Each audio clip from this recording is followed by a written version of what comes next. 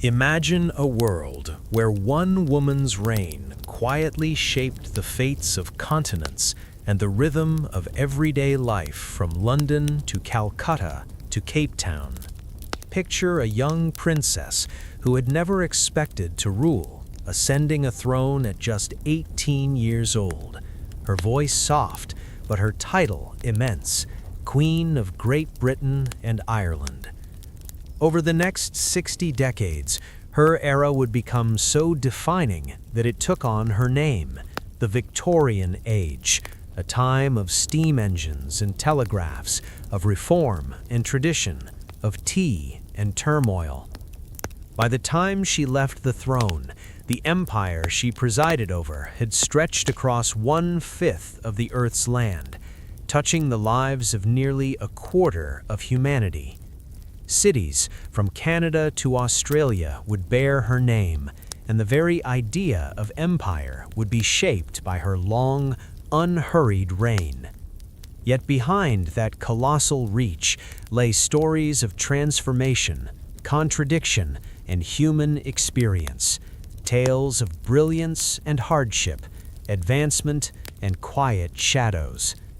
This is not merely the story of crowns and conquests, but a chapter of world history that invites us to listen slowly and understand how an age defined by one monarch shaped the modern world we inherit today.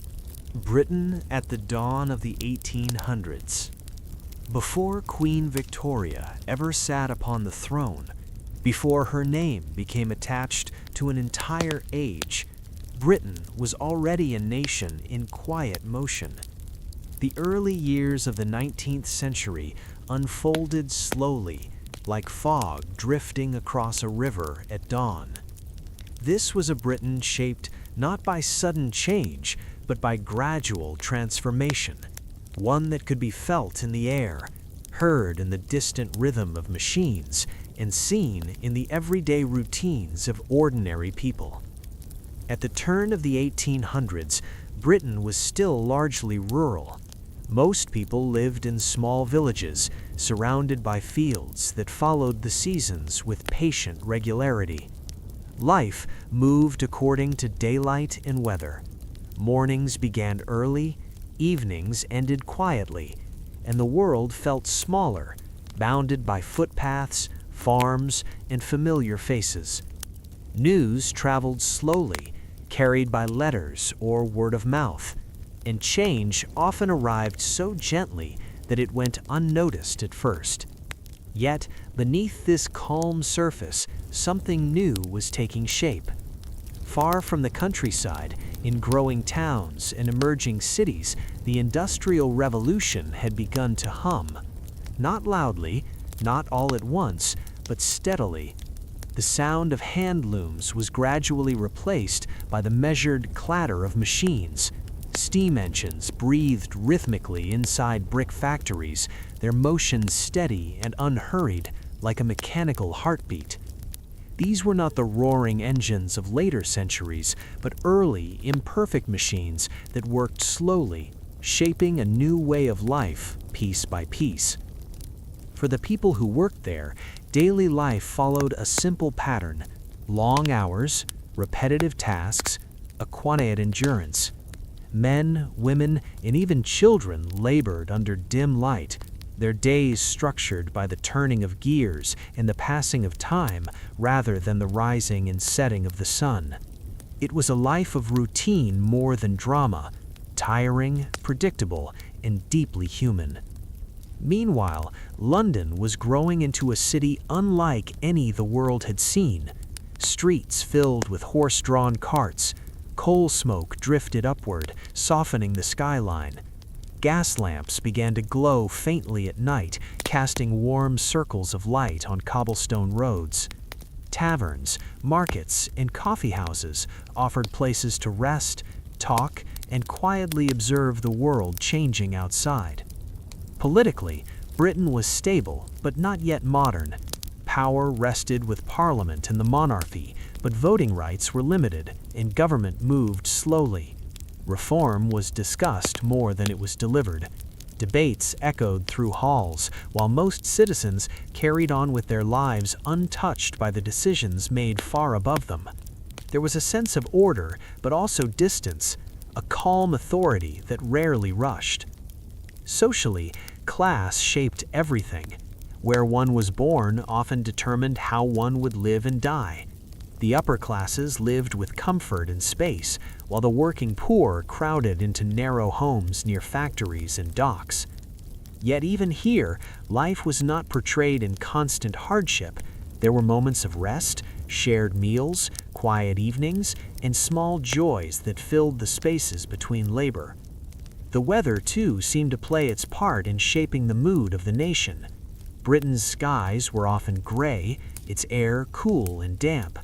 Rain softened the countryside, fog wrapped itself around cities, and winters passed slowly.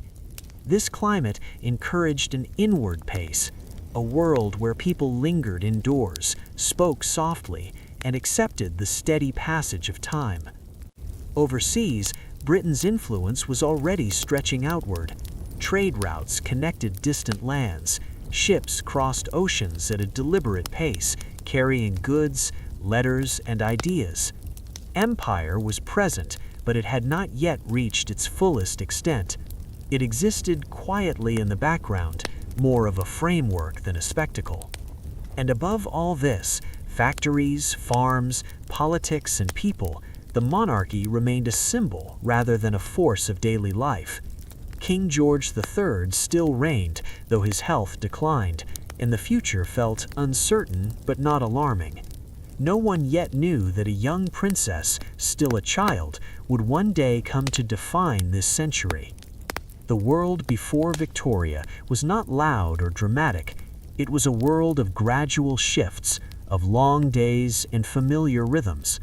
A world preparing, unknowingly, for an era that would soon carry a single name, but for now remained simply Britain, moving forward at a slow and steady pace. In the early decades of the 19th century, while Britain continued its steady expansion across oceans and continents, a small and quiet life was unfolding behind palace walls. Long before she became a queen, before her name echoed through Parliament, newspapers, and distant colonies, Princess Victoria lived a childhood shaped by silence, structure, and restraint. It was a life that stood in quiet contrast to the growing noise of an empire in motion. Victoria was born in 1819 into a royal family already heavy with tradition and expectation, yet her position within that family was uncertain. She was not born close to the throne, nor was her future clearly defined. At the time of her birth, several male heirs stood ahead of her in the line of succession. The empire's attention was directed elsewhere, toward wars, trade, and politics, while Victoria remained largely unnoticed by the public. Her early years were spent mostly indoors, within carefully controlled surroundings. She lived under a system of strict supervision that would later become known as the Kensington system. Designed to protect her, it instead created an atmosphere of isolation. Victoria was rarely alone, yet often lonely. Every hour of her day was planned. Every interaction was observed. Independence was discouraged, replaced by routine and discipline.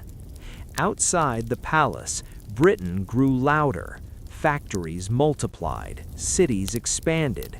Steam engines powered ships and trains, carrying people and goods faster than ever before.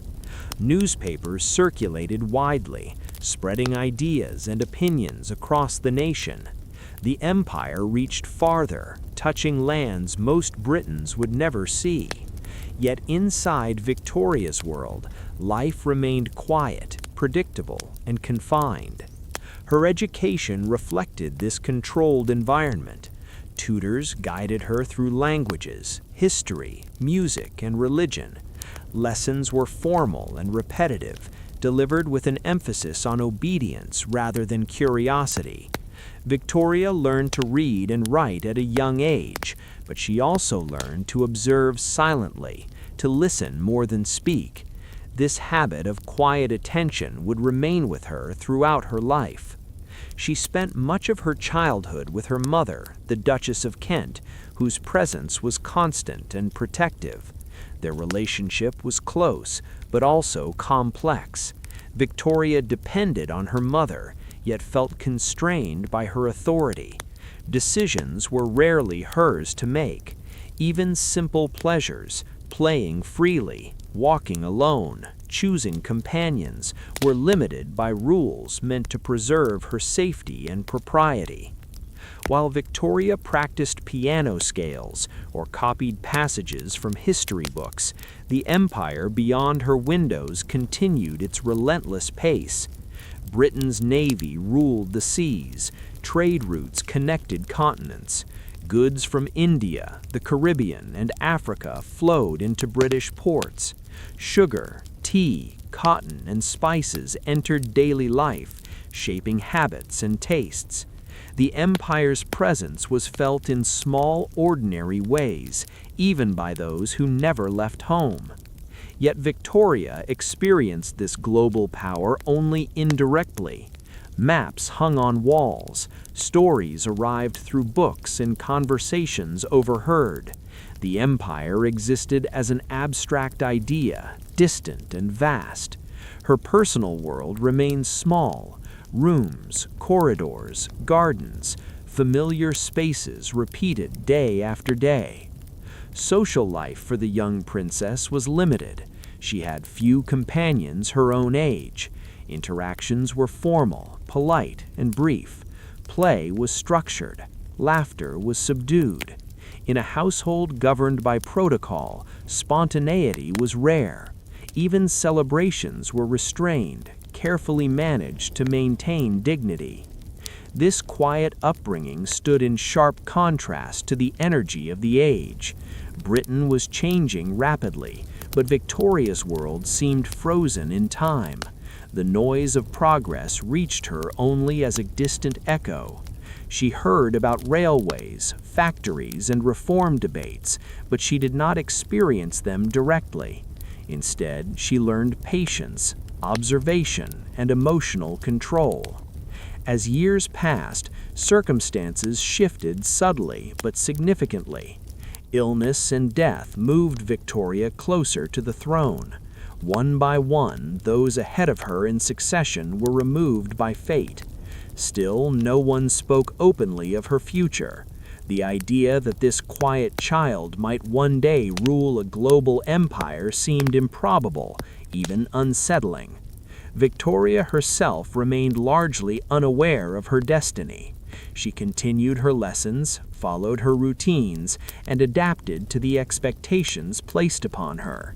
There was little room for ambition. Her role was to learn, to behave, and to wait. Meanwhile, Britain's political and social tensions slowly increased. Calls for reform grew louder. Industrial cities faced overcrowding and poverty. Debates over representation and rights filled Parliament. The empire expanded, but questions about its moral and human cost began to surface. These discussions shaped the national consciousness, though they remained far removed from Victoria's daily experience. The weather, ever present in British life, added to the atmosphere of her childhood. Gray skies often filtered light into palace rooms, softening colors and encouraging quiet reflection. Rain tapped against windows, cool air drifted through corridors. The environment itself seemed to reinforce restraint and introspection. Despite these limitations, Victoria developed an inner resilience. She observed the adults around her carefully. She listened to conversations, noted expressions, and learned to read between words. This habit of quiet attention would remain with her throughout her life. As she approached adolescence, the weight of expectation began to press more heavily upon her. Tutors emphasized duty. Advisors spoke cautiously about responsibility. Still, details were withheld. The future remained a vague outline, undefined and distant. Outside the palace, the empire continued its steady expansion. Britain's influence reached its citizens through goods, news, and ideas.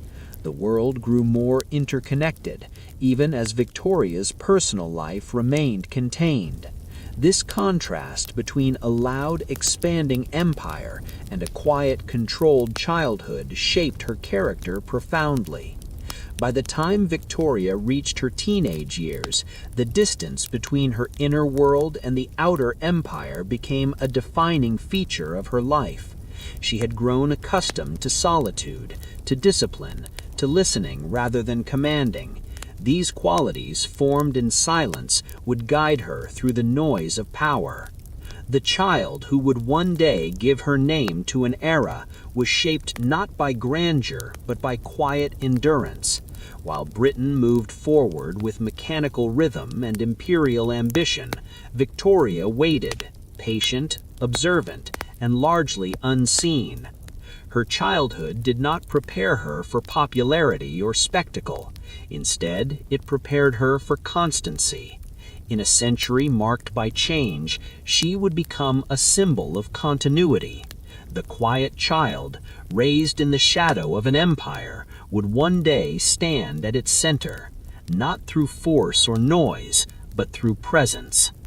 For now, however, she remained simply a princess, living carefully measured days, unaware that the silence of her early life was shaping a reign that would one day define an age.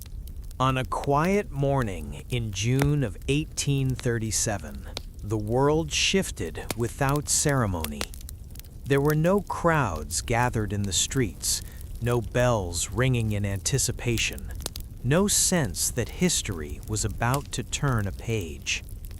The sky above London was pale and still, and life moved forward as it always had, slowly, predictably, unaware that an era was ending while another was about to begin. Princess Victoria was asleep.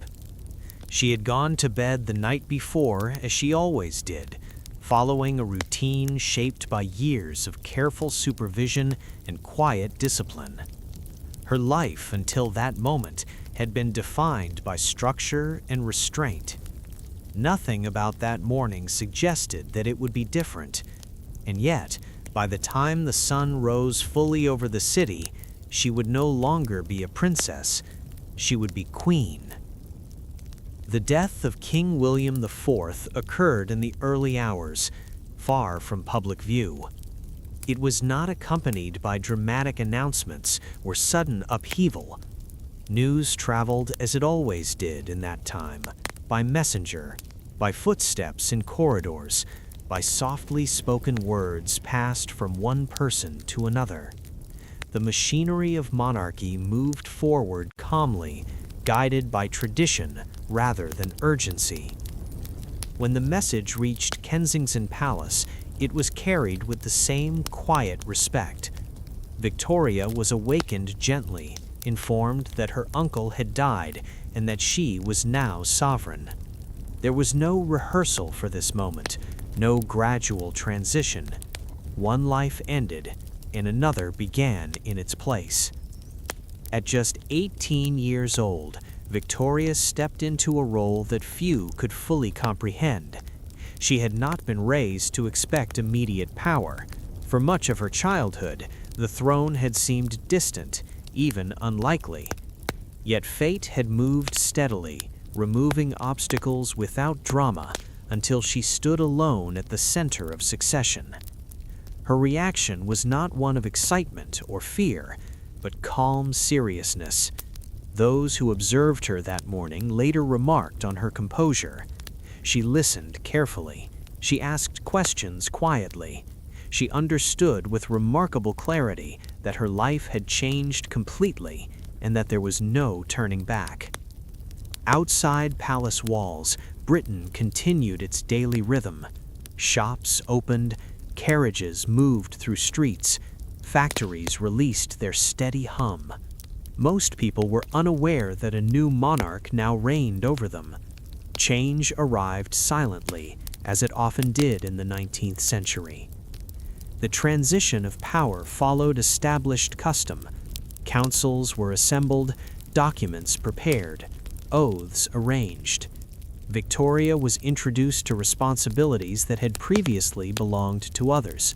She listened more than she spoke, absorbing information with the same attentiveness that had shaped her childhood. Her first meetings with ministers were formal and restrained. Experienced men, many older than her by decades, now addressed a young woman as their sovereign.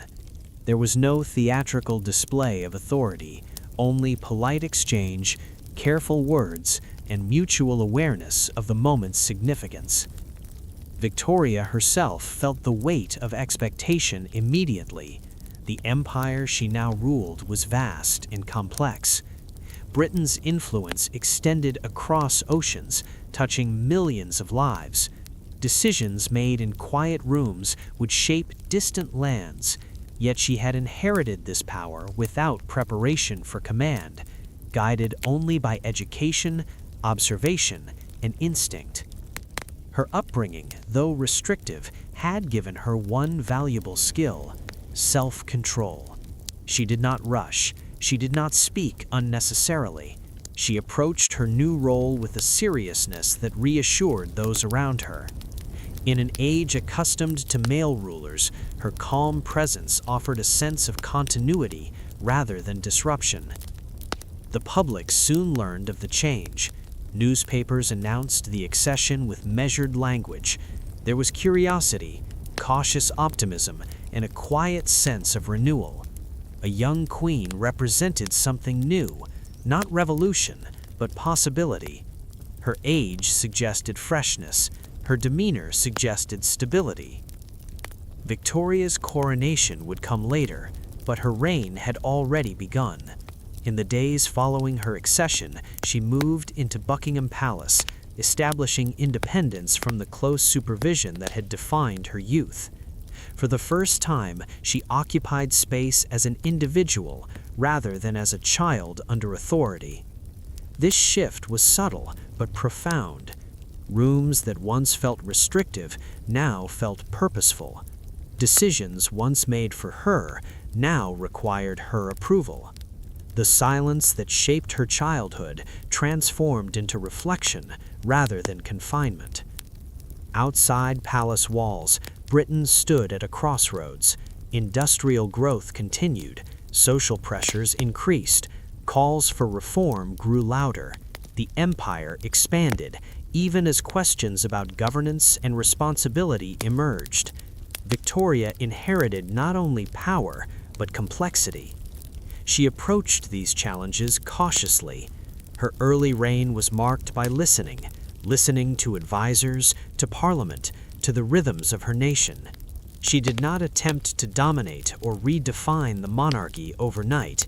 Instead, she learned. The weather during those early weeks seemed to mirror the mood of transition. Soft rain fell across the city. Skies remained overcast. There was no dramatic storm, no sudden clearing, only gradual movement from one state to another. Britain adjusted to its new monarch with the same patience that characterized the age. Victoria's youth became both a limitation and a strength. She lacked experience, but she also carried fewer assumptions. Her perspective was shaped by observation rather than habit. She absorbed the details of governance slowly, building understanding piece by piece. In private moments, she reflected on the suddenness of her new life. The simplicity of her earlier routines was gone. In its place stood a future defined by duty and visibility. Yet she did not resist this change. Acceptance came naturally, as though her quiet childhood had prepared her for surrendering personal freedom to public responsibility. The empire watched, though not anxiously. Britain was accustomed to continuity. Monarchs came and went, but institutions endured. Victoria became part of this long chain, her youth a brief chapter in a much larger story. As weeks turned into months, her presence grew more assured. She learned to navigate court life, political expectations, and public appearances. Still, she remained measured, reserved, and attentive, qualities that would come to define her reign. Becoming queen had not been a moment of triumph or spectacle. It had been a quiet turning of pages. One life closed gently, another opened with calm resolve. For Victoria, the absence of warning did not create chaos.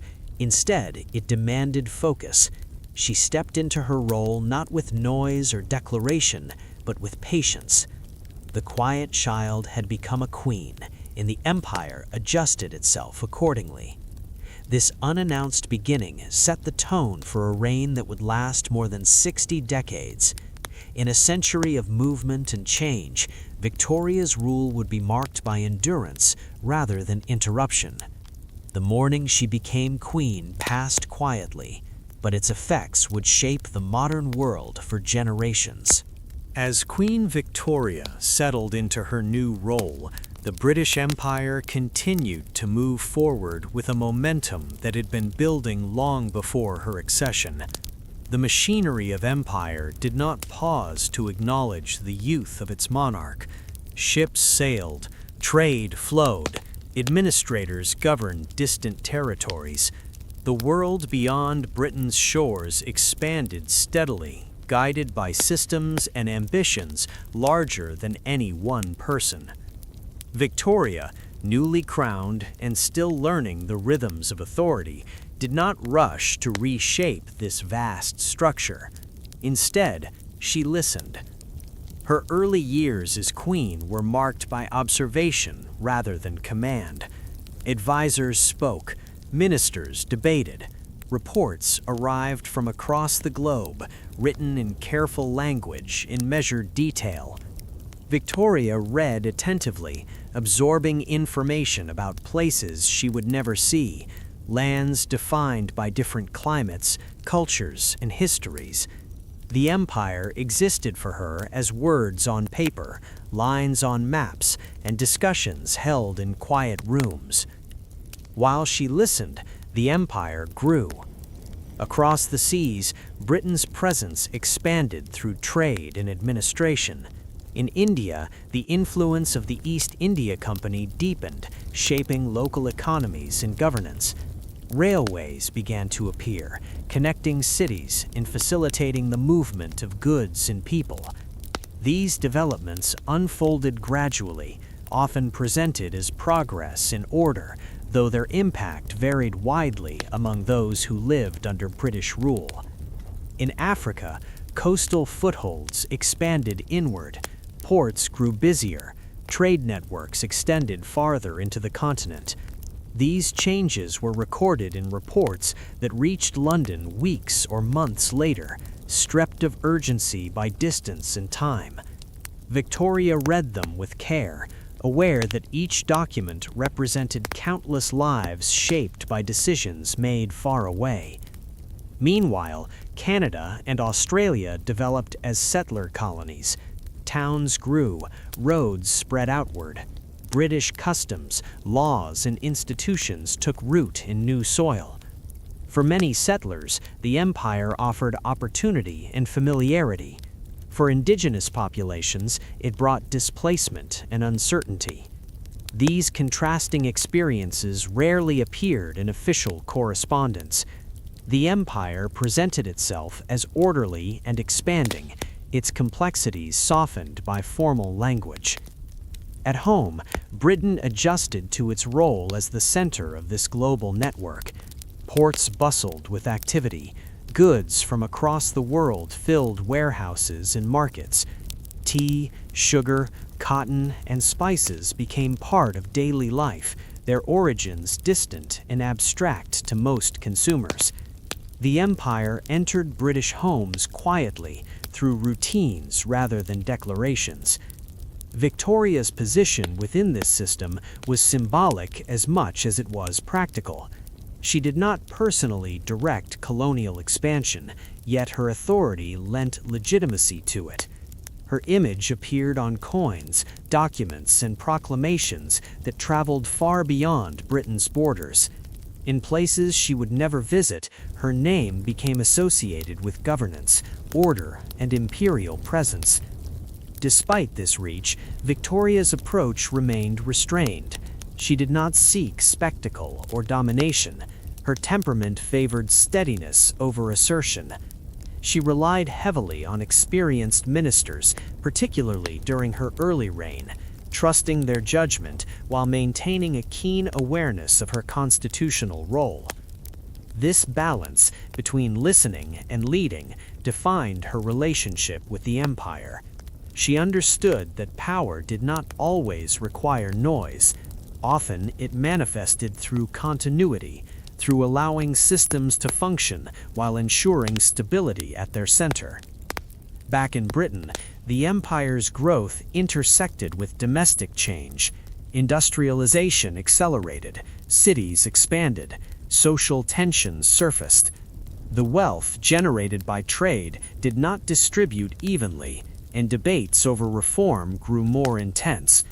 These discussions unfolded alongside imperial expansion, each influencing the other in subtle ways. Victoria observed these developments with the same careful attention she gave to foreign affairs. She received briefings, read correspondence, and engaged in private discussions. Her role was not to dictate policy, but to remain informed, to advise when appropriate, and to embody the state's continuity. The rhythm of her days reflected this measured approach. Mornings were devoted to reading reports and letters. Afternoons brought meetings and audiences. Evenings offered quiet reflection. There was little drama in this routine, only repetition and focus. The empire moved through her schedule as steadily as it moved across the globe. Weather and environment added to this sense of calm persistence. London's skies often remained overcast. Rain softened the city's edges. Fog blurred distances. These conditions seemed to mirror the nature of imperial governance, diffuse, gradual, and enveloping, rather than sharp or sudden. As years passed, Victoria became more confident in her role. Listening did not mean passivity, it meant discernment. She learned which voices to trust, which arguments required scrutiny, and when silence was more powerful than intervention. Her presence became reassuring to ministers who valued stability amid rapid change. The empire, for its part, continued to expand through incremental steps. Treaties were signed, borders were adjusted, administrative structures grew more complex. Each change was recorded, archived, and absorbed into the broader narrative of British global influence. For ordinary people across the empire, these developments unfolded unevenly. Some experienced new infrastructure and economic opportunity, others faced disruption and loss.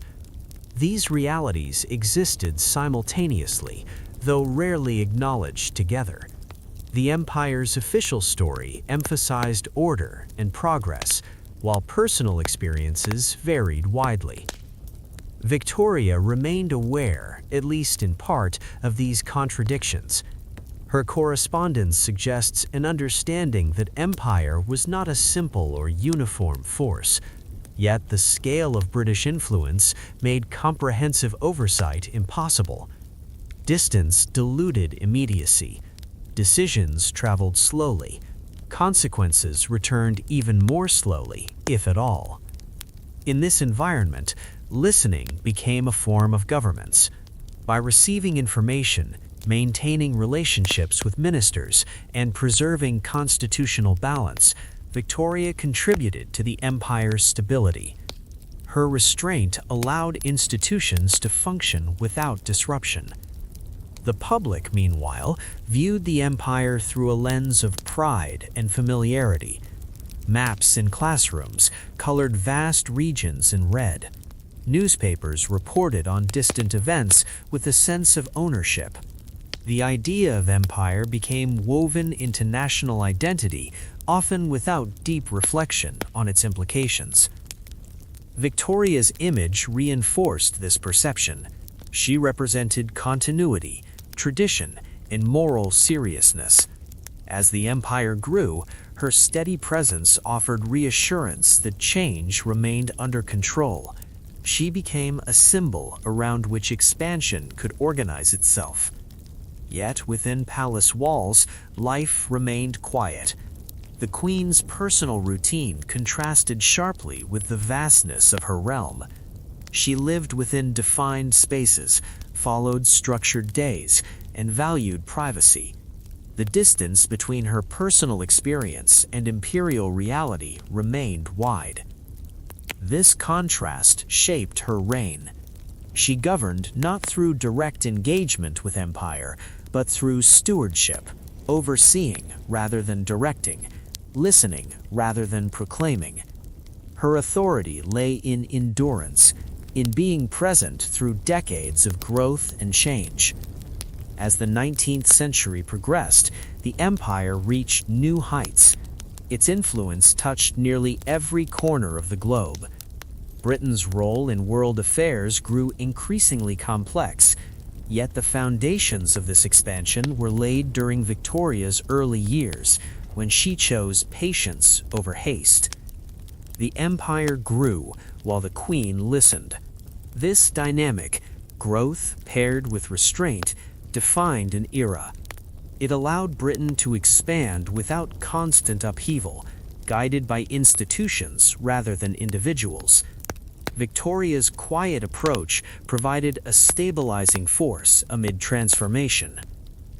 By the time the empire reached its widest extent, her listening became legendary. She was known for her attention to detail, her careful consideration, and her respect for constitutional limits. These qualities did not diminish her authority, they strengthened it. In a world often shaped by ambition and noise, Victoria's reign demonstrated the power of steadiness. While ships crossed oceans and borders shifted, she remained constant. Her presence anchored an empire in motion. The story of this period is not one of sudden conquest or dramatic command. It is a story of gradual expansion, managed through systems and sustained by continuity. At its center stood a queen who understood that leadership could be quiet. As the empire continued to grow, Victoria continued to listen, patiently, attentively, and with a sense of duty shaped by her early life. This balance would define not only her reign, but the age that would come to bear her name. Factories, fog, and ordinary days. Life in Victorian Britain unfolded not in grand moments, but in countless ordinary days. While the empire expanded across oceans and Queen Victoria presided from a distance, daily existence for most people followed quiet routines shaped by work, weather, and habit. It was a world defined less by headlines and more by repetition, a steady rhythm of mornings and evenings, labor and rest. For many, the day began early. In towns and cities, factory whistles marked the hour, their sound carrying through narrow streets and over rows of brick houses. Workers rose before sunrise, dressing quickly in dim rooms warmed by small fires. Breakfasts were simple: bread, tea, perhaps porridge, consumed without ceremony. Time mattered now in ways it had not before. The clock replaced the sun as the measure of a day. Factories formed the backbone of urban life. Inside, rows of machines moved with unchanging precision. The sound was constant, but not chaotic, a steady hum, punctuated by the rhythm of turning wheels and moving belts. Workers learned to move in harmony with these machines, their bodies adapting to repetitive tasks. The hours were long but predictable. Routine offered a kind of quiet endurance. Children, too, were part of this world. Many worked alongside adults, their small hands suited to delicate tasks. Education existed, but it was unevenly available. Some attended school when they could, while others learned through labor. Childhood blended into adulthood without clear division, shaped by necessity rather than choice. Beyond the factories, city life carried its own texture. Streets were busy but orderly. Horse-drawn carts carried goods to markets. Shop windows displayed fabrics, tools, and household items. Vendors called out softly, their voices blending into the background noise of movement. There was activity everywhere, yet little urgency. London, the largest city, embodied these contrasts most clearly. It was a place of opportunity and hardship, growth and constraint. Coal smoke drifted through the air, mingling with fog to create a gray veil that softened outlines and muted color. This haze became a defining feature of the city, shaping how people experienced space and time. Homes varied widely. Wealthy families lived in spacious houses, filled with furniture, books, and quiet comfort. Evenings were spent reading, playing music, or engaging in polite conversation. The pace was unhurried, shaped by social custom rather than necessity. For the working classes, homes were smaller and closer together. Rooms served multiple purposes. Privacy was limited, but community was strong. Neighbors shared resources, exchanged news, and offered small kindnesses. Life was not easy, but it was familiar. Meals reflected this simplicity. Food was filling rather than elaborate. Bread, potatoes, vegetables, and tea formed the basis of many diets. Meat was a treat rather than a staple. Meals were moments of pause, brief opportunities to rest before returning to work. Social life unfolded quietly. Sundays brought church services, where communities gathered and shared silence and song. Markets offered color and movement, a break from routine. Public houses provided warmth and conversation, places where people spoke softly about work, family, and the weather. Class distinctions were ever present, but rarely dramatic. They shaped expectations, manners, and opportunities. Most people accepted their position without open challenge. Change occurred slowly, through gradual reform rather than sudden upheaval. The weather influenced everything. Britain's climate encouraged patience. Rain fell often, but gently. Skies were frequently overcast, casting a soft, even light over towns and countryside alike. These conditions discouraged haste. Life moved at a measured pace, shaped by layers of clothing and steady habits. In rural areas, life remained closer to the land. Farming followed seasonal cycles.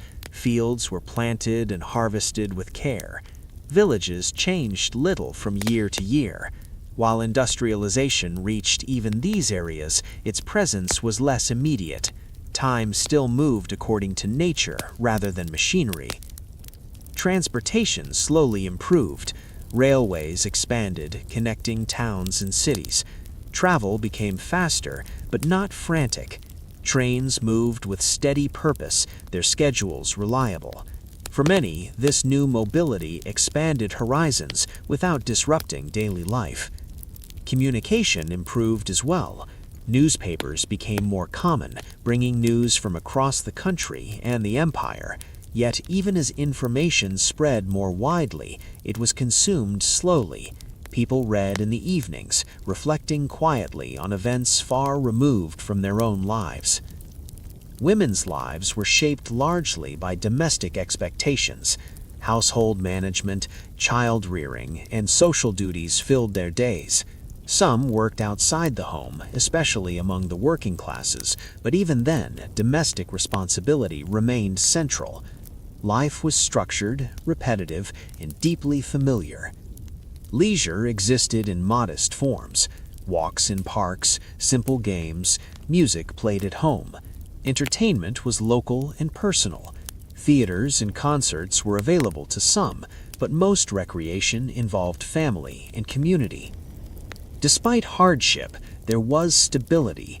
People knew what to expect from each day. This predictability offered comfort in a rapidly changing world. Industrial growth altered landscapes and routines, but it did so gradually, allowing adaptation rather than shock. Religion played a steady role. Church attendance provided rhythm and reassurance. Moral instruction emphasized duty, patience, and restraint, values reflected in daily life. Faith offered explanation and comfort, reinforcing acceptance of circumstance. Education slowly expanded. Schools became more common, though access remained uneven. Reading and writing spread gradually, shaping how people understood their place in society. Knowledge increased quietly, without fanfare. Health and medicine remained limited. Illness was a regular part of life. Families cared for one another with practical familiarity. Doctors were consulted when possible, but much care occurred at home. Life expectancy was lower, yet death was approached with calm acceptance. Throughout this period, Queen Victoria remained a distant figure. Her presence was symbolic rather than personal. Her image appeared in portraits and coins, reminders of continuity rather than authority. For most people, she existed as part of the background, a steady constant amid daily routines. The empire's reach touched lives indirectly. Goods from distant lands appeared in shops: tea from India, sugar from the Caribbean, items woven into daily habits without reflection on their origins. The empire was present, but abstract. Life in Victorian Britain was not defined by constant struggle or triumph. It was defined by persistence, by waking, working, resting, and repeating, by adapting to change without naming it as such. Evenings closed days gently. Families gathered indoors. Lamps cast warm light. Conversations softened. The world narrowed to familiar rooms and familiar voices.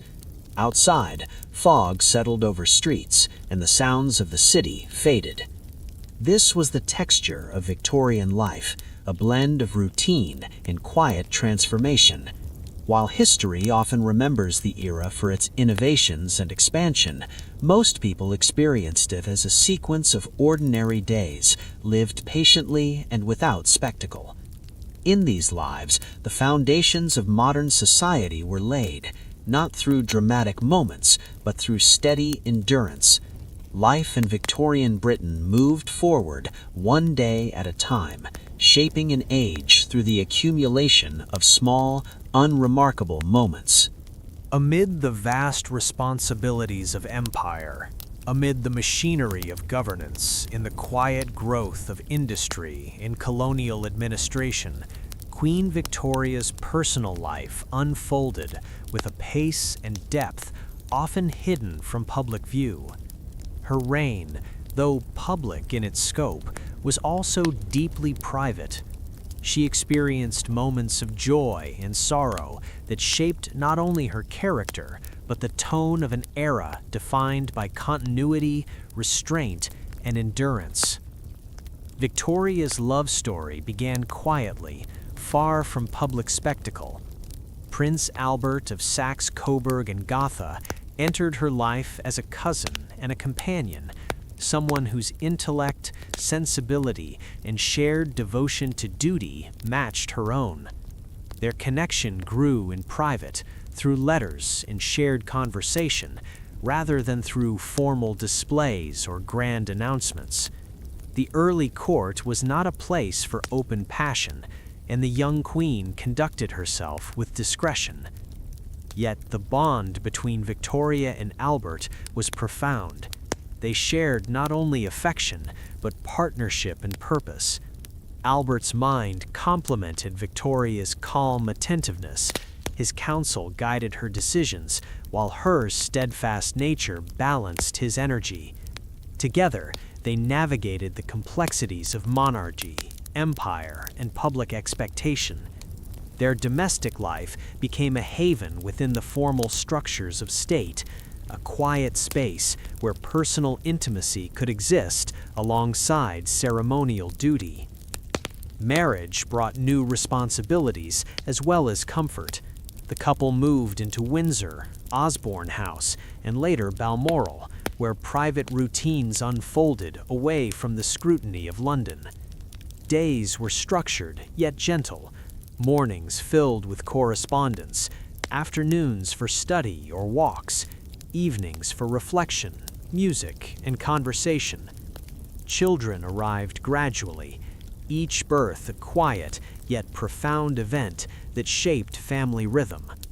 Victoria and Albert raised their children with a balance of guidance, discipline, and observation, reflecting values cultivated in the Queen's own childhood. Amid these domestic joys, loss became an unavoidable companion. In 1861, Prince Albert died suddenly, leaving Victoria stunned and grief-stricken. Her response was both deeply personal and emblematic of her reign. She withdrew into mourning, wearing black for the remainder of her life and limiting public appearances. The Queen's silence was both private and performative, a reflection of her devotion and the expectations of the era. She did not reject duty entirely, but she reframed it around absence and memory. During these years, the public saw only a fraction of the Queen's interior life. The empire moved forward. Reforms, legislation, industrial growth, and colonial administration continued. Ships sailed, telegraph lines extended, factories hummed. The machinery of empire required continuity, and the Queen's presence, even in quiet mourning, provided it. Her silence, paradoxically, was a form of governance. By maintaining composure, she stabilized institutions and reassured ministers and citizens alike. Yet behind the walls of her private residences, grief was profound. Letters reveal her longing for Albert's counsel, her meticulous preservation of his memory, and the quiet conversations she carried on with confidants who remained close. Her children, though present, could not fill the gap entirely. The household became structured around memory, reflection, and the routines of everyday life. This long silence also affected her relationship with the public. Victoria's withdrawal initially caused concern, then respect. The image of a mourning queen, steadfast in devotion and unyielding in dignity, became inseparable from her identity. It reinforced the notion of moral authority, of a ruler whose personal life was inseparable from her public symbolism. People across Britain and the Empire associated her grief with seriousness, virtue, and continuity. During these years, her listening, observation, and reflection deepened. She studied reports and correspondence with a careful eye, aware that each decision carried weight, even in absence. Ministers consulted her more cautiously, understanding both her intellect and her preference for measured involvement. The empire continued to expand and function, guided by institutions and the Queen's enduring presence, even if expressed silently. Life at court was quieter, yet not stagnant. Diplomacy continued. Ceremonies, though subdued, still occurred. Letters flowed between Britain and distant territories. Reports arrived from India, Canada, Africa, and the Caribbean, detailing trade, governance, and local conditions. Victoria read them with attention, marking her place in a vast network without the need for constant public engagement. Her silence did not indicate absence, It indicated deliberate control, a careful calibration of influence. Her grief and solitude also shaped cultural life. The Queen's preferences influenced art, architecture, and patronage. She supported projects in science, literature, and public health. Even in mourning, she observed, guided, and contributed quietly, leaving a subtle but enduring impact on cultural and civic life. Her long silence became, paradoxically, a period of significant influence. The private rhythms of her life mirrored the broader rhythms of Victorian Britain. Days unfolded steadily, punctuated by ritual, work, correspondence, and reflection. Nights offered quiet moments for meditation, reading, or music. The surrounding world continued its relentless pace, yet the Queen's interior world operated at a deliberate, contemplative tempo. As decades passed, the long silence of mourning gradually transformed. Victoria re-engaged with public life in measured ways, traveling to meet officials, visiting communities, and resuming ceremonial duties. Her grief remained, but it became integrated into her identity. The empire adapted to her presence, recognizing her authority as enduring, moral, and balanced by personal experience. In this period of love, loss, and long silence, Victoria's character solidified.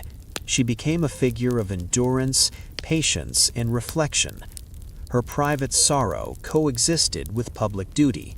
Her attentiveness to the empire's needs continued, tempered by the introspection developed through personal grief. She remained, at all times, a queen who listened first, then acted, a sovereign whose presence and restraint gave shape to one of the largest empires the world had ever known. While history often remembers battles, legislation, or exploration, the quieter moments, love shared in privacy, grief experienced in solitude, long stretches of silent observation were equally formative. They defined the moral and emotional texture of an age. Victoria's life during these years exemplified how personal experience and public responsibility could coexist, shaping an era not only through policy and expansion, but through example, endurance, and character. The empire continued to grow around her, yet it was guided by her presence, even when she spoke little. Letters, reports, and private counsel became the instruments of governance. Her silence amplified her influence, proving that authority did not always require display or noise. Steadfast observation and moral consistency became her tools, and through them she shaped the Victorian Age in profound, though subtle ways. Ultimately, this chapter of Victoria's life, marked by intimate joy, deep loss, and extended reflection, demonstrates the interplay between the personal and the political. The human experience of love and grief, observed quietly, had consequences far beyond the palace walls. The long silence reinforced the values of responsibility, patience, and continuity that would define her reign for decades to come. Even as Britain's cities expanded, industry advanced, and the empire stretched across oceans, the Queen's personal experience remained central to the character of her reign. Love, loss, and a long silence did not weaken her authority, they deepened it. They made her presence steady, her judgments considered, and her example enduring. In quiet rooms, behind curtains, and in the cadence of reflective days, Victoria shaped the Victorian era as surely as any public speech or act of policy. The transformation of Britain during Victoria's reign was no longer the quiet, agrarian nation that Victoria had been born into. The Industrial Revolution had reshaped the landscape, the economy, and daily life. Cities expanded at a remarkable pace. Smoke from factories rose into gray skies, mingling with natural fog to create a soft, enveloping haze. The sounds of machinery, the rhythmic clatter of looms, the steady churning of wheels, the hiss of steam engines, became part of the nation's soundtrack, constant and unremarkable to those who lived within it. For ordinary people, industrialization introduced both opportunity and challenge. Work in factories brought wages, but also long hours and repetitive labor. Families often moved from villages to urban centers in search of employment, leaving behind fields and familiarity. Streets grew crowded. Housing was dense and often inadequate. Yet in the midst of these changes, communities adapted, forming networks of mutual support and small pleasures that eased the strain of modern life. Child labor was common. Boys and girls worked alongside adults, learning trades or performing tasks suited to their size and dexterity. Education, when available, was brief and practical. The line between childhood and adulthood blurred, defined more by necessity than by choice. Play existed in brief moments, on streets, in alleys, or open fields, but work remained the dominant rhythm. Railways transformed mobility. Journeys that once took days could now be completed in hours. Goods moved faster, connecting ports, towns, and cities in ways that reshaped commerce. Coal, cotton, and manufactured items traveled across the nation with increasing efficiency. Yet the speed of transportation did not always diminish the slow, reflective pace of daily life. Even trains operated with measured regularity, their rhythm predictable and consistent. Industry changed the very fabric of towns and cities. New neighborhoods emerged near factories. Streets were lined with worker housing, modest but functional. Markets and shops adapted to serve growing populations. Urban life was denser, louder, yet at the same time oddly familiar. Patterns of work, family, and communal support persisted, even in the new environment. Agriculture, while diminished in centrality, continued to shape rural regions. Seasonal work dictated routines. Village life retained its rhythm, with festivals, church services, and local markets punctuating the year. The contrast between town and country highlighted the diversity of experiences in Victorian Britain, even as industrial growth drew more people toward urban centers. Social classes were sharply defined, though mobility increased slowly. Wealth concentrated in the hands of industrialists and merchants. Laborers and artisans relied on routine, skill, and endurance. The middle class expanded as professionals, shopkeepers, and clerks found opportunity in the changing economy. Etiquette, education, and occupation marked boundaries, and social life followed conventions reinforced by both habit and aspiration. Public health became an increasing concern. Urban density brought disease, and the government responded gradually with sanitation measures, clean water initiatives, and hospitals. Life expectancy remained lower than today, but incremental improvements offered hope. Communities relied on local networks to care for the sick and support families in need. Culture and leisure evolved alongside industry. Music halls, theaters, and public parks offered relief from labor. Reading became more widespread, aided by newspapers, serialized novels, and public libraries. Education gradually spread, offering knowledge and literacy to a broader population. Even in an era of work and repetition, these small diversions shaped the human experience. Political consciousness grew. Reform movements, debates over representation, and labor rights became increasingly visible. Industrialization had concentrated populations, amplified grievances, and encouraged collective organization. Britain's government adapted slowly, sometimes reluctantly, to these pressures, balancing reform with tradition. The monarchy, led by Victoria, remained a stabilizing presence, lending continuity amid societal transformation. The economy itself became complex. Trade routes extended globally. Factories in Britain relied on raw materials from colonies, producing goods for both domestic consumption and international export. Commerce connected villages to cities, ports to inland towns, linking ordinary lives to distant lands in subtle but significant ways.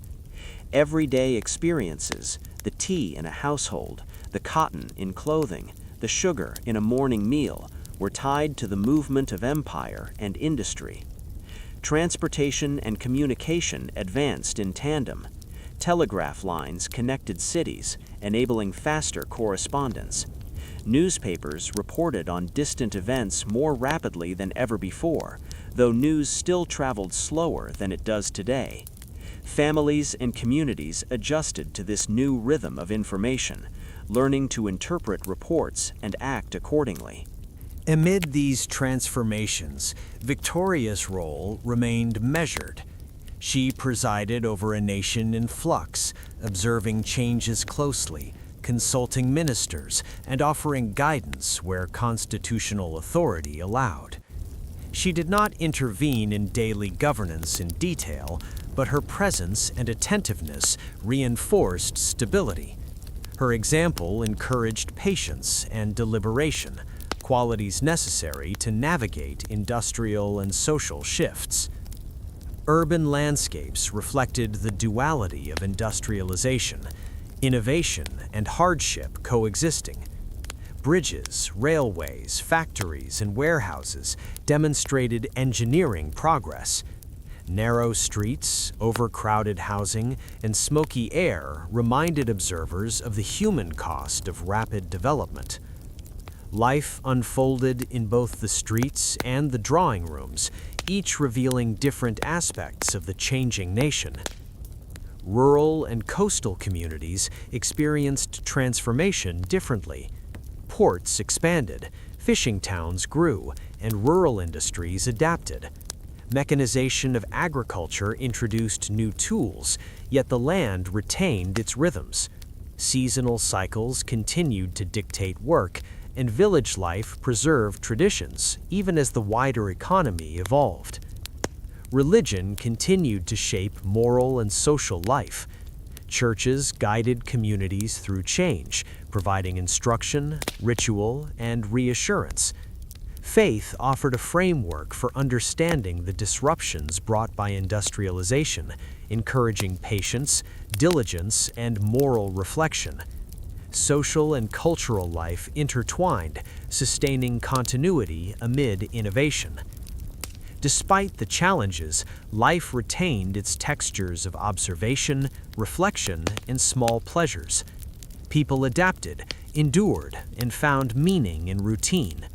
Work, family, and community formed the axis around which daily life rotated. Industrialization altered society, but it did not eliminate the fundamental rhythms that shaped human experience. Victoria herself observed these dynamics with care. She corresponded with ministers and officials, read reports on urban conditions, industrial production, and public welfare, and adjusted her engagement as needed. Her leadership was expressed less in direct intervention and more through moral authority, attentiveness, and sustained presence. Through her, the nation found continuity amid rapid change. The nation continued to transform, slowly but inexorably. Cities expanded, industry matured, transport and communication improved, and social consciousness evolved. These changes were not abrupt but cumulative. They reshaped the human experience in ways both visible and subtle, altering expectations, habits, and daily routines. Through it all, the rhythm of Victorian Britain remained a blend of old and new. Daily life retained its steady cadence: work, rest, family, reflection, even as the nation accelerated toward modernity. Industrialization was both visible and invisible, imposing yet integrated, shaping lives while being absorbed into the familiar flow of routine. By observing, listening, and understanding, Victoria presided over this transformation. The empire grew, cities expanded, society evolved. Yet the Queen's calm attention ensured that change occurred with continuity, not chaos. Industrialization and urban growth were absorbed into the broader narrative of Victorian life, guided by institutions, social norms, and the presence of a steady, reflective monarch. This period illustrates that the Industrial Revolution was not merely a series of inventions or economic shifts. It was lived experience, felt in streets, factories, homes, and markets. It shaped families, communities, and the nation itself. And through all of this, Victoria's reign provided a quiet, stabilizing center, ensuring that the changes, while profound, remained coherent and continuous. As Britain grew more industrial, more urban, and more complex, its political structures evolved gradually to meet the changing demands of society. The monarchy, under Queen Victoria, remained a stabilizing force, but it was increasingly complemented by an expanding system of elected representation and public engagement. Political reform during this period was not sudden. It unfolded slowly, thoughtfully, and often quietly, shaping both public life and the monarchy's relationship to its citizens. The first decades of Victoria's reign saw debates over voting rights and parliamentary representation. Many citizens, particularly those in growing industrial cities, sought greater influence in government. Population growth, urbanization, and economic change revealed inequities in representation that had persisted for decades. Constituencies that were small or rural often wielded disproportionate power, while densely populated cities were underrepresented. These discrepancies became the subject of measured debate, petitions, and at times cautious protest. Victoria observed these developments with interest, aware that her role required balance. The monarch did not legislate, but she provided guidance, perspective, and moral presence. She met with ministers, received petitions, and consulted advisors, learning to interpret political trends with calm attentiveness. Her understanding of social and economic dynamics informed her judgments, even when action was indirect. Reform often came in measured steps. The Reform Acts, introduced over decades, gradually expanded the franchise, adjusted parliamentary representation, and modernized electoral processes. Each act reflected negotiation, compromise, and reflection. They were not abrupt revolutions, but careful adjustments intended to balance continuity with fairness. Victoria's reign oversaw these changes while maintaining stability, exemplifying how slow, deliberate adaptation could integrate with institutional authority. Political life was also shaped by public opinion. Newspapers proliferated, reaching urban centers and rural villages alike. Citizens engaged with political news, letters, and debates. Though literacy rates were increasing gradually, the spread of information allowed more people to form opinions about government, policy, and reform. Public engagement moved slowly, sometimes unevenly, but steadily, creating the framework for broader civic participation in later decades. Victoria's relationship with Parliament evolved alongside these reforms. She cultivated a working understanding with her prime ministers, including Lord Melbourne, Sir Robert Peel, and later Benjamin Disraeli and William Gladstone. She learned to listen attentively, offering advice where appropriate, and trusting experienced ministers to carry the burden of legislative action. Her influence was subtle, moral rather than coercive, shaping governance through continuity and presence rather than direct interference. Beyond legislation, public life changed in more subtle ways. Civic organizations, charitable societies, and cultural institutions flourished. Citizens participated in local councils, philanthropic efforts, and voluntary associations. These developments reinforced social cohesion, creating avenues for engagement outside the formal political system. The monarchy, observed through ceremonial roles and public appearances, symbolized stability amid these changes. Victoria's presence at events, inaugurations, and civic celebrations reinforced civic values and social norms. The monarchy became a symbol not of abrupt power, but of enduring moral authority. Even during moments of tension, debates over suffrage, social unrest, or industrial disputes, Victoria's approach emphasized reflection and observation. She listened carefully, recorded advice, and considered consequences before acting.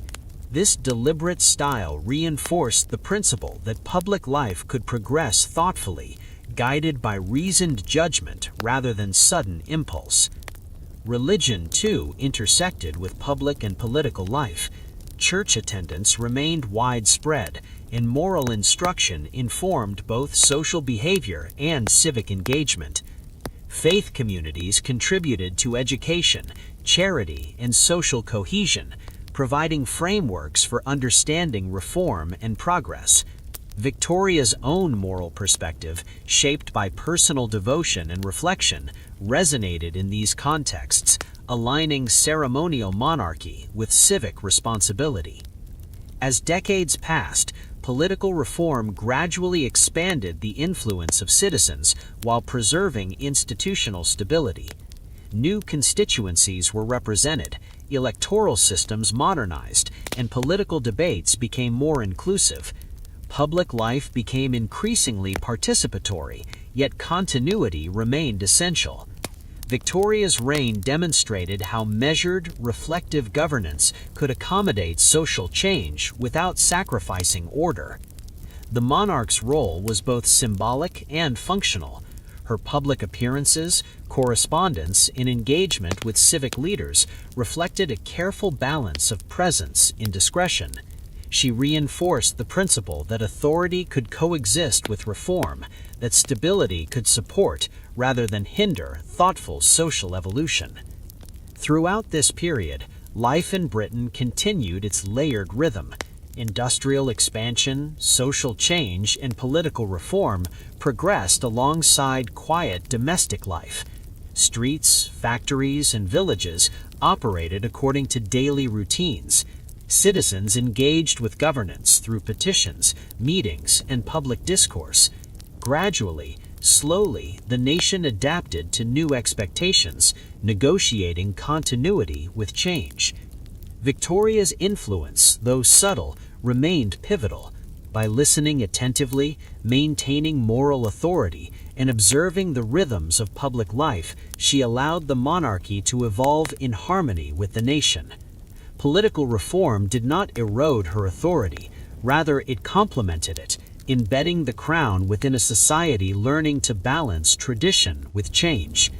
In the end, the slow expansion of democracy, the evolution of public life, and the careful adaptation of institutions exemplified the Victorian approach, deliberate, reflective, and measured.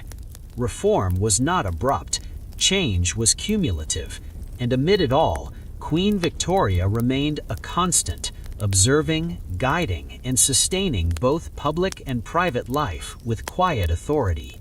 Art, literature, science, and the everyday life of Victorian Britain was not defined solely by political reform, empire, or industrial expansion. It was also an era of cultural transformation, subtle yet profound, shaping literature, art, science, and daily life in ways that resonated across generations. The quiet rhythms of society provided fertile ground for creativity, reflection, and innovation. The legacy of this period was not always loud or spectacular. It was often embedded in the details of daily experience, the accumulation of thought, and the measured progress of ideas. Literature flourished in Victorian Britain. Novels became a central part of life, offering both entertainment and moral instruction.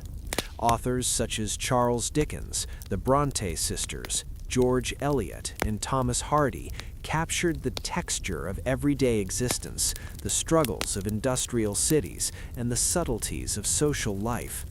Their works were often serialized, arriving slowly in newspapers and magazines, giving readers time to absorb, reflect, and anticipate. These stories intertwined with the rhythms of daily life, shaping thought and imagination gradually rather than abruptly. Poetry, too, remained vital. Figures such as Alfred Lord Tennyson and Robert Browning explored human emotion, historical reflection, and the tension between tradition and modernity. Their verses were read quietly in homes, studied in schools, and recited in parlors. The cadence of poetry mirrored the steady pace of Victorian life, measured, reflective, and rich with nuance. Art expanded beyond courtly commissions and grand public works.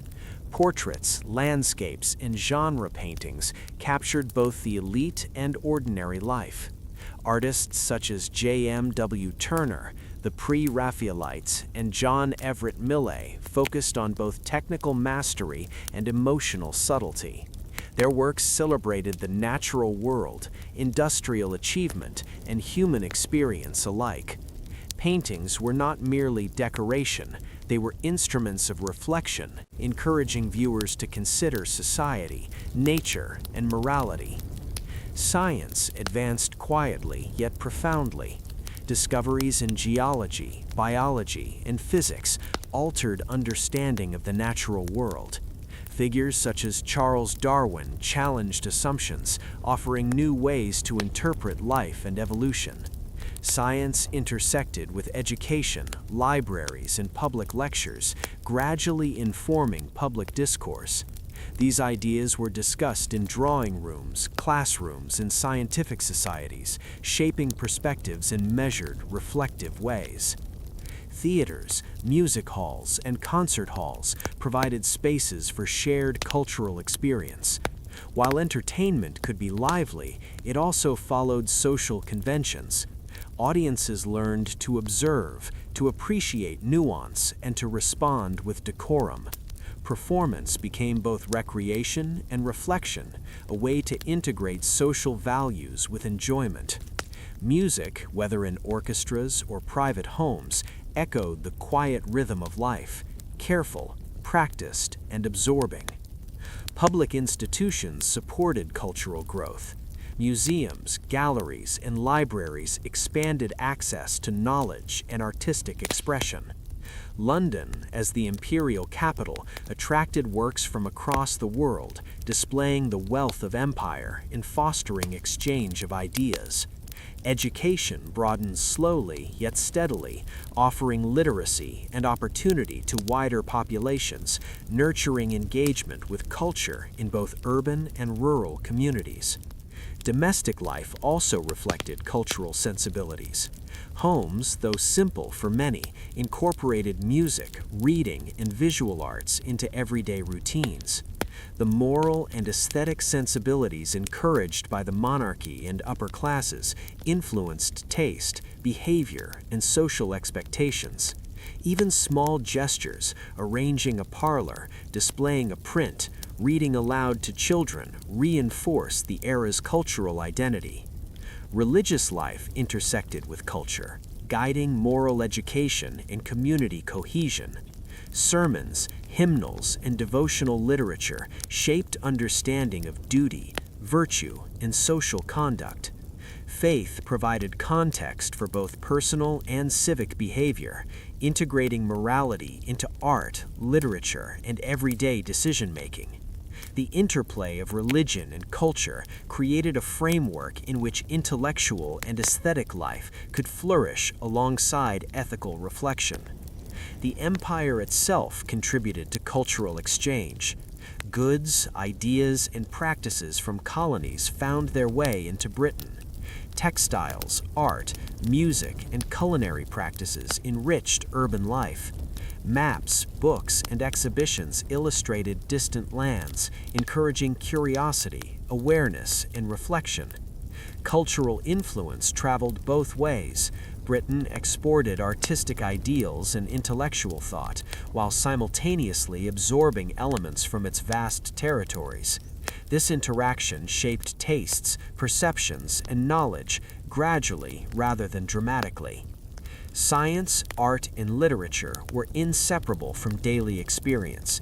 The rhythms of work, domestic life, and social obligation created a context in which these cultural pursuits could develop. People read, painted, attended lectures, or played music as part of their daily routines. Innovation and reflection emerged quietly in the pauses between labor and social expectation, in the measured unfolding of ordinary days. Technology facilitated culture subtly. The expansion of railways and improved printing technologies allowed books, artworks, and ideas to circulate widely. Newspapers and periodicals reached cities and towns, while educational materials reached villages. Cultural engagement became more democratic, though still shaped by social and economic hierarchies. Ordinary people accessed literature, music, and visual culture incrementally, integrating it into daily life. The monarchy reinforced cultural values through patronage and presence.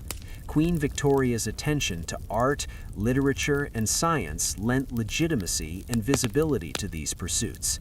Royal collections, endorsements of exhibitions, and ceremonial participation highlighted the significance of cultural life, encouraging both elite and public engagement. Her personal taste, often measured and reflective, shaped broader standards in subtle ways, establishing continuity and moral framing for artistic and intellectual activity. Cultural life, in turn, reinforced social cohesion. Shared engagement with literature, music, and art offered common reference points for discussion, education, and reflection. These experiences shaped collective understanding, gradually instilling values of diligence, propriety, and moral contemplation. They fostered reflection on both national identity and individual behavior. The legacy of the era is enduring. Victorian literature, art, and science continue to inform modern understanding of society, morality, and human experience. Institutions established or expanded during this period, museums, libraries, schools, and scientific societies, persist as pillars of civic and cultural life. The rhythms of Victorian engagement, measured, reflective, and cumulative, left a framework that shaped not only the era itself, but the foundation of modern cultural life in Britain and beyond. In essence, the cultural legacy of Victoria's era is a tapestry of quiet achievement, thoughtful reflection, and gradual dissemination. Art, literature, and science were not only creations of brilliance, but also products of continuity and careful cultivation.